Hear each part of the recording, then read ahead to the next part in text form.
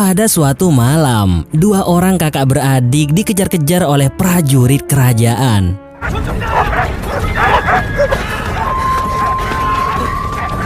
Hingga saat sang adik terjatuh dan hampir diterkam oleh seekor anjing pelacak, tiba-tiba... Ya, beruntung sekali gadis kecil itu karena sang ayah yang kita sebut saja dengan Tuan Park berhasil menyelamatkannya. Diketahui bahwa Tuan Park dianggap sebagai pengkhianat yang mengakibatkan ia dan kedua anaknya harus ditangkap. Saat itulah ia yang merasa tidak bisa selamat lagi menyuruh kedua anaknya agar segera pergi meninggalkan tempat ini serta menemui temannya yang bernama Kim Mo-sun. Tak lupa Tuan Park juga berpesan kepada si kakak yang bernama Namyi agar selalu menjaga adiknya karena mulai sekarang dialah ayahnya. Akhirnya dengan berbekal sebuah busur panah pemberian ayahnya, Namyi bersama adiknya pergi untuk menyelamatkan diri mereka. Dengan hati yang hancur karena harus meninggalkan sang ayah, kesedihan itu semakin nyata saat keduanya menyaksikan langsung ayah mereka mati dipenggal. Belum puas dengan kematian Tuan Park, para prajurit masih ngotot untuk menangkap kedua anaknya. Walhasil, dua anjing pelacak pun dikirimkan untuk menangkap mereka. Akan tetapi, walaupun dengan sedikit kesulitan, Namyi akhirnya berhasil melumpuhkan kedua anjing tersebut.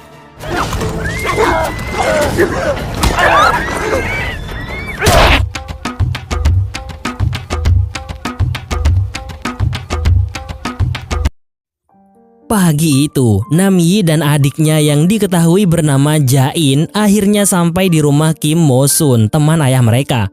Dan untuk mempermudah, kita sebut saja Tuan Kim.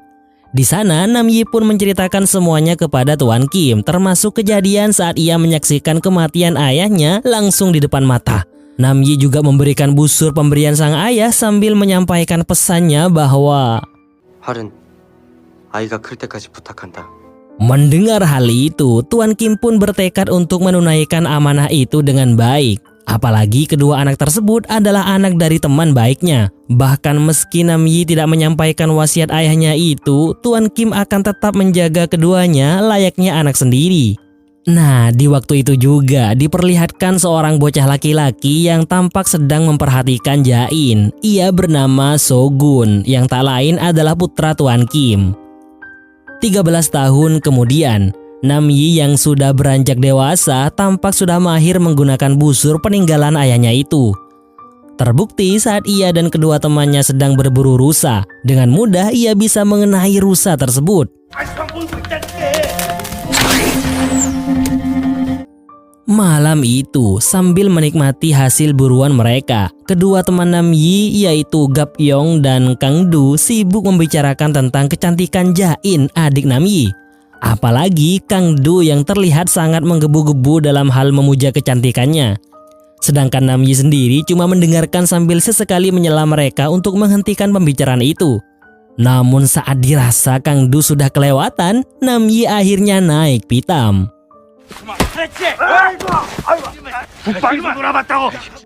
Tak lama kemudian, datanglah Sogun yang membuat pertikaian itu terhenti. Sebagai kakak angkat, Namyi langsung menawarkan Sogun untuk minum bersama. Namun ternyata Sogun justru mengajak Namyi untuk minum-minum di tempat yang lebih istimewa. Di sana, terlihat Namyi yang sangat khusyuk menikmati minuman serta hiburan berupa penari pedang. Bahkan tanpa ragu, Sogun mengambil kesempatan untuk menuangkan sendiri minuman untuk kakak angkatnya itu. Tapi rupanya semuanya itu ia lakukan karena ada maunya. Persisnya ia menginginkan restu dari Namyi untuk menikahi Jain. Mendengar itu, Namyi tentunya kaget. Sebab semenjak Namyi dan Jain diasuh oleh keluarga Sogun, mereka semua sudah menjadi layaknya keluarga. Belum lagi, kedua orang tua Sogun belum tentu setuju akan hal ini. Selain itu, Namyi juga kembali mengungkit status dirinya dan sang adik yang merupakan anak dari seorang pengkhianat. Sehingga Namyi tidak mau membebani predikat buruk tersebut kepada orang tua Sogun. Tapi kecintaan Sogun kepada Jain yang begitu besar membuatnya tidak memperdulikan semua itu. Ia mengatakan bahwa ia bisa meyakinkan kedua orang tuanya untuk memberi restu. Bahkan ia menegaskan bahwa ia akan melakukan apapun agar bisa menikahi Jain. Mendengar kegigihan Shogun, Namyi pun memberikan sebuah persyaratan di mana jika Shogun berhasil membunuhnya, maka ia akan memberikan restunya.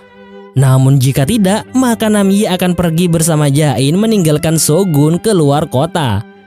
Ya, walaupun Namyi mengatakan ini dalam keadaan mabuk, Shogun tetap harus meladeninya dengan terpaksa. Pada akhirnya, keduanya harus berakhir dengan hukuman dari Tuan Kim. Khusus Namyi, selain memarahinya karena perkelahian tadi, Tuan Kim juga memarahinya karena ia telah menelantarkan pelajarannya serta sudah nggak mau lagi berlatih seni bela diri. Namyi pun menjawab bahwa kedua hal itu tidak akan merubah hidupnya, sebab dia adalah anak dari seorang pengkhianat. Mendengar hal itu, Tuan Kim kembali memarahinya, sebab yang ia ketahui bahwa ayah Namyi adalah orang yang jujur yang telah membela negara sampai akhir hayatnya. Dan ternyata justru karena itulah Namyi putus asa untuk menjadi seorang yang tekun, karena sebaik dan sebagus apapun prestasinya, tidak menjamin nanti kehidupannya akan baik-baik saja. Saat Namyi akan pergi, tiba-tiba Tuan Kim mengungkapkan bahwa sebelum adik Namyi lahir, dirinya lah yang memberikan nama Jain kepadanya. Pun sebaliknya, nama Shogun adalah pemberian Tuan Pak, ayah Namyi. Lalu secara mengejutkan, ia katakan bahwa telah merestui pernikahan keduanya. Singkat cerita, hari pernikahan itu pun akhirnya tiba. Diperlihatkan Jain yang sudah tumbuh dewasa menjadi gadis yang sangat cantik. Ditambah dengan balutan gaun adat klasik yang membuatnya menjadi lebih elegan. Sementara Namyi yang sebenarnya tidak begitu setuju dengan pernikahan tersebut, terpaksa memberikan restunya kepada Jain karena rasa cinta kasihnya kepada sang adik. Sebagai bukti, ia memberikan hadiah sepatu baru kepada Jain untuk nantinya digunakan saat acara pernikahan. Namun segera setelah itu, Namyi bersiap-siap pergi tanpa menyaksikan upacara pernikahan Jain. Di waktu yang sama, upacara pernikahan akhirnya dimulai. Sesuai dengan adat dan kepercayaan di sana saat itu, kedua mempelai saling hormat satu sama lain. Namun saking senangnya Shogun sampai salah tingkah yang membuat semua orang tertawa. Beralih kembali ke Namyi, ia yang telah siap untuk pergi merasakan adanya getaran yang membuatnya khawatir. Begitupun di lokasi pernikahan, semua orang juga merasakan getaran tersebut. Sehingga tak lama kemudian akhirnya diketahui bahwa getaran tersebut berasal dari prajurit dinasti Qing Cina. Perlu diketahui bahwa pada tahun itu, yakni tahun 1636 Masehi, dinasti Joseon sedang berkonflik dengan dinasti Qing yang dalam hal ini statusnya sebagai penjajah. Dan serangan kali ini termasuk dalam rangkaian serangan untuk menaklukkan dinasti Joseon. Tanpa kesulitan, prajurit Qing berhasil mengalahkan para penjaga dan sampai di tempat acara pernikahan. Betapa terkejutnya semua orang termasuk kedua mempelai dengan kedatangan mereka. Lalu mereka pun mulai membabi buta dengan membakar rumah-rumah serta menangkap semua orang untuk dijadikan tahanan dan sandera.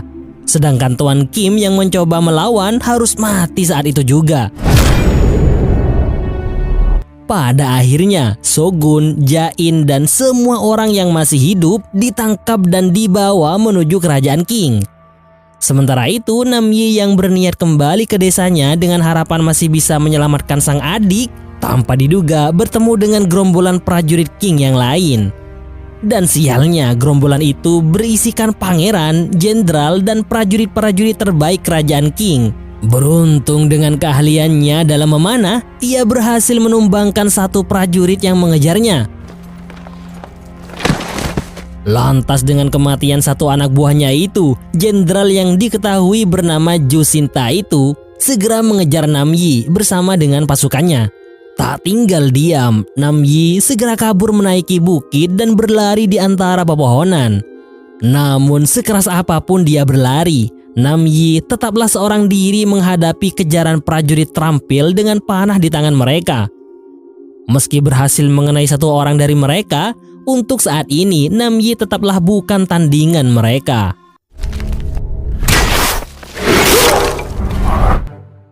Dari kematian kedua anak buahnya, Jusinta kemudian mengidentifikasi panah yang telah merenggut nyawa keduanya.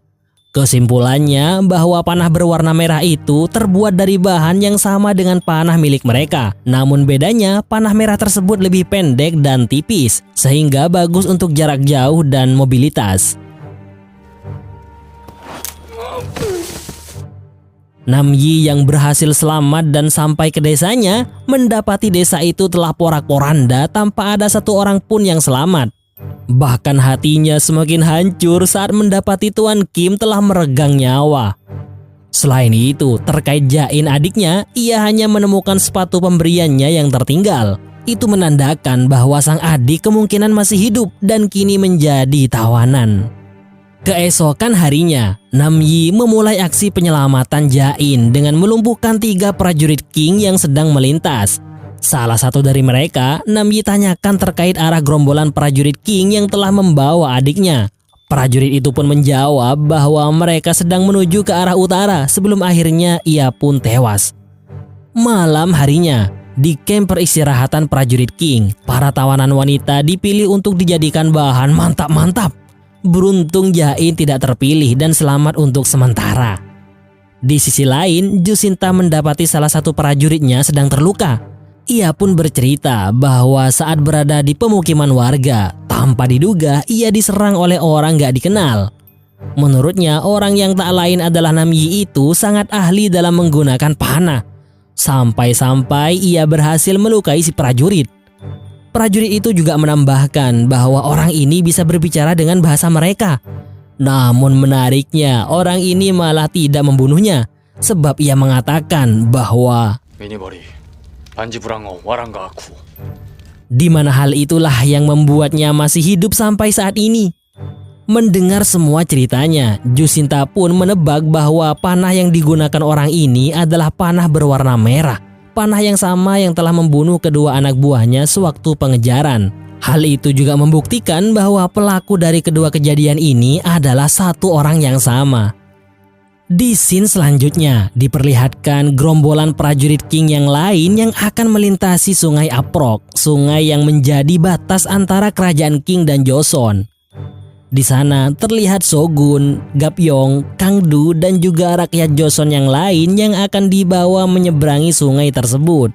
Di mana menurut peraturan pada zaman itu bahwa setiap warga Joseon yang melewati batas kerajaan akan langsung dianggap sebagai pengkhianat, sehingga tidak akan bisa kembali lagi ke negaranya. Namun yang mengejutkan lewat seorang penerjemah dari Joseon, pemimpin prajurit yang kita sebut saja Jisung menyampaikan bahwa ia akan melepaskan siapapun yang ingin melarikan diri. Padahal hal itu hanyalah akal-akalannya saja untuk mencari kesenangan. Lantas si penerjemah yang mengetahui niat busuknya mengatakan kepada teman-temannya agar tidak mempercayai apa yang dikatakan oleh Jisung. Akan tetapi sebagian orang yang merindukan tanah airnya dan tidak mau dicap sebagai pengkhianat memilih untuk mencoba peruntungan mereka dengan berlari. Dan benar saja, tak lama kemudian prajurit King langsung memburu mereka yang mencoba lari. Bahkan si penerjemah harus mati saat mencoba menyelamatkan anak dan cucunya yang sedang dikejar. Bersamaan dengan itu, Shogun yang menyadari banyaknya prajurit yang pergi karena pengejaran itu memberanikan diri untuk melawan.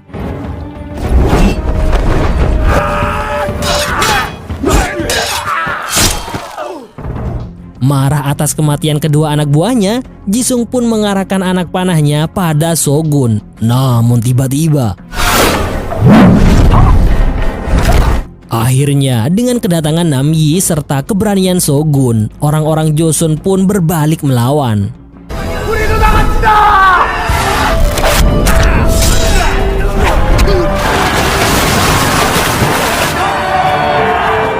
Karena tidak menemukan Jain di sana, Namyi bersama dengan Shogun, Gapyeong, dan juga Kangdu bergegas untuk menemukan Jain dan menyelamatkannya. Di sisi lain, Jain bersama dengan wanita-wanita terpilih lainnya kini tengah dihadapkan kepada sang pangeran. Dan sialnya, dari semua wanita itu, pangeran hanya tertarik kepada Jain. Menariknya, di situasi seperti itu, Jain justru nekat melawan. Melihat kegigihan seorang wanita cantik di hadapannya malah membuat pangeran semakin tertarik. Apalagi saat mengetahui bahwa dia bisa berbahasa Cina. Untuk itu, pangeran tidak langsung membunuhnya, di mana pangeran lebih memilih untuk mengikatnya di luar sambil melihat seberapa lamakah Jain bisa bertahan. Beralih ke Namyi dan kawan-kawan. Ia yang telah mengetahui posisi sang adik lantas segera menyusun rencana. Yang intinya Shogun, Gapyeong, serta juga Kang Du diberi tugas pengalihan dengan membebaskan para tawanan. Sedangkan untuk Namyi sendiri, ia akan memanfaatkan keributan untuk menyelamatkan Jain.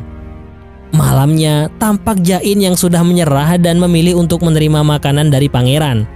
Namun di balik itu, Jain ternyata sengaja melakukannya untuk memulihkan stamina agar bisa membunuh pangeran. Di luar tenda, terjadi keributan yang disebabkan kaburnya para tawanan. Hal itu menunjukkan bahwa Namyi dan kawan-kawan sudah mulai beraksi. Di mana pada malam itu, ketiadaan Jenderal Jushinta dan prajurit-prajurit elit lainnya membuat penjagaan di sana tidak begitu kuat. Perlu diketahui bahwa selama beberapa hari ini, Jushinta dan kawan-kawan masih sibuk mencari si pemilik panah merah yang tak lain adalah Namyi. Padahal ia kini sudah berada di markas mereka. Terbukti saat Jain mulai terdesak oleh pangeran, Namyi muncul sehingga membuat keadaan berbalik.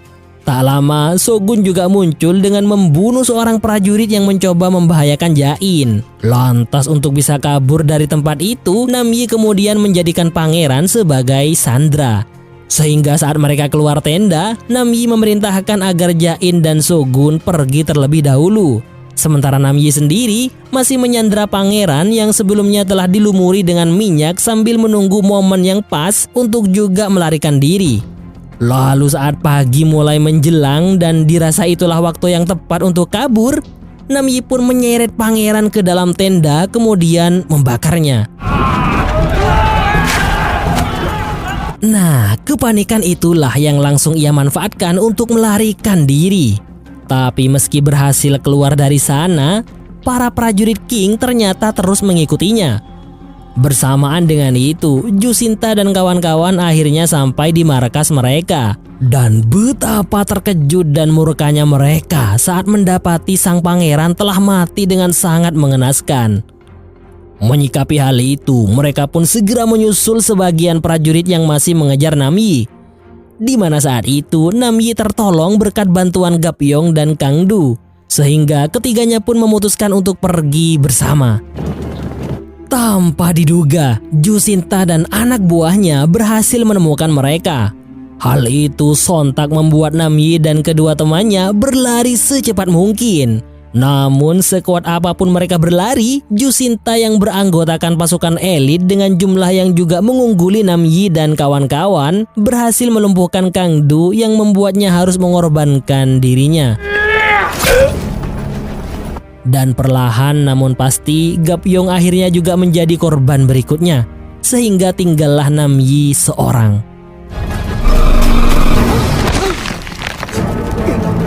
Setelah itu, Jushinta dan kawan-kawan pun segera menyerang Namyi yang kini sudah berada di seberang tebing.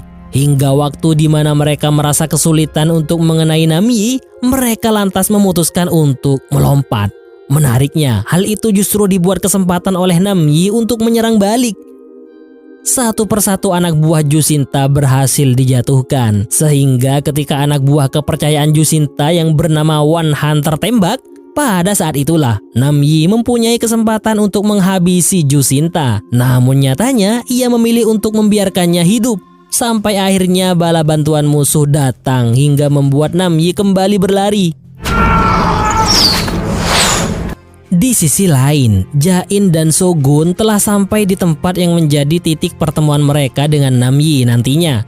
Akan tetapi baru saja Shogun pergi untuk mengambil air saat kembali ia dikagetkan dengan kemunculan prajurit King yang sudah berada di tempat tersebut.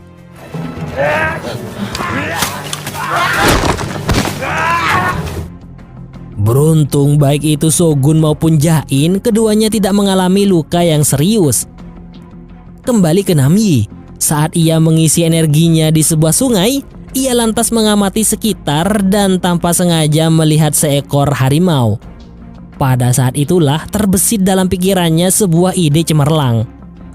Sementara itu, setelah memberikan penghormatan terakhir kepada rekan-rekannya, Jusinta dan kawan-kawan melanjutkan perjalanan untuk memburu Namyi. Dengan kemampuan melacak salah satu anak buahnya yang kita sebut saja si Bisu, tak lama keberadaan Namyi akhirnya bisa diketahui dan kejar-kejaran pun kembali terjadi.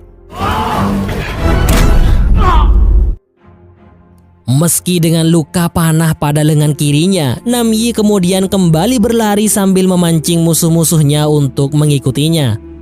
Sesekali ia berteriak sekencang-kencangnya seakan ada yang ia rencanakan. Sehingga saat ia sudah terpojok, Jusinta pun menanyainya mengapa sebelumnya Namyi tidak membunuhnya dan malah membiarkannya hidup. Sebab menurut Jusinta, hal itu merupakan penghinaan baginya. Namun melihat Namyi hanya diam tak menjawab, Jusinta memerintahkan anak buahnya untuk membunuhnya dengan sadis. Akan tetapi, ya, ternyata itulah rencana Namyi selama ini, yaitu memancing kedatangan harimau yang sontak membuat ia diuntungkan. Sebab si harimau kini sedang menyerang Jusinta dan kelompoknya. Sehingga kekacauan tersebut Namyi manfaatkan untuk kabur sambil juga mencuri 3 anak panah dari kelompok Jusinta. Kelompok Jusinta sendiri akhirnya bisa menumbangkan sang harimau meski mereka kehilangan 2 anggota mereka. Kini tinggallah 4 orang dari kelompok Jusinta yang masih tersisa, Jusinta, si Bisu, dan 2 orang lainnya. Di sisi lain, Namyi memotong dan menajamkan salah satu anak panah yang ia curi untuk menghadapi Jusinta dan anak buahnya yang tersisa. Dan benar saja, tak lama kemudian mereka akhirnya muncul dan tiba-tiba sadar akan teriakan temannya, Jusinta dan si Bisu langsung mencari tempat aman untuk berlindung. Sebab mereka tahu bahwa Namyi sedang mengintai mereka. Beda dengan keduanya, salah satu teman mereka, sebut saja Mojo, justru terpancing dan menghampiri temannya yang terluka. Lalu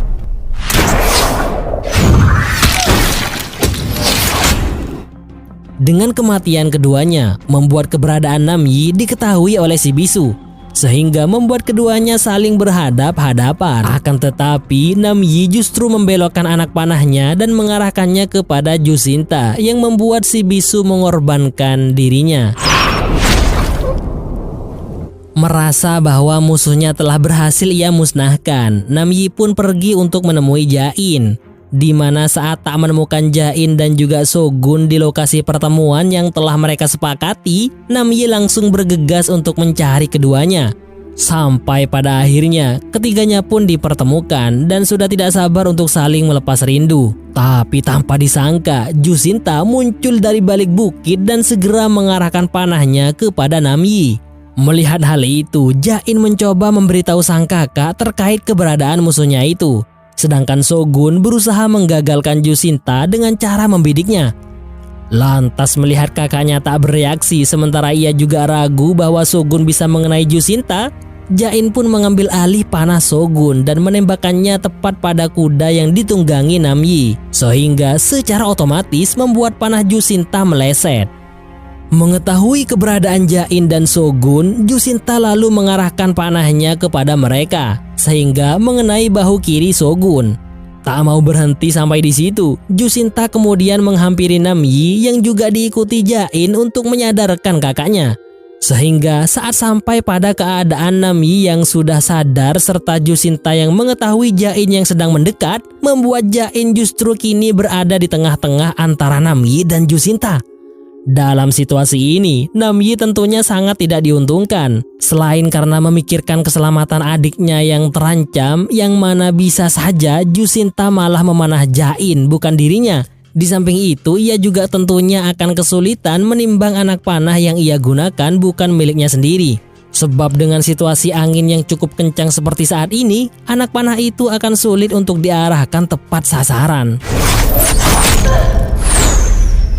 Dan benar saja, bidikannya pun meleset dan justru tembakan Jusinta lah yang menembus bahu Jain lalu menancap di dada Namyi. Lalu keadaan semakin parah dengan Jusinta yang menghunuskan pedangnya ke leher Jain. Melihat hal itu, Nam Yi kemudian mencabut anak panah di dadanya demi bisa menyelamatkan sang adik. Lalu ia pun mengarahkan anak panah itu ke arah Jusinta yang kini menjadikan Jain sebagai perisainya. Sehingga dengan segala risiko yang bisa terjadi, Nam Yi akhirnya melesatkan anak panah tersebut. Ya, Nam Yi ternyata berhasil membelokkannya dan tepat mengenai leher Jusinta. Sehingga kemenangan pun menjadi miliknya.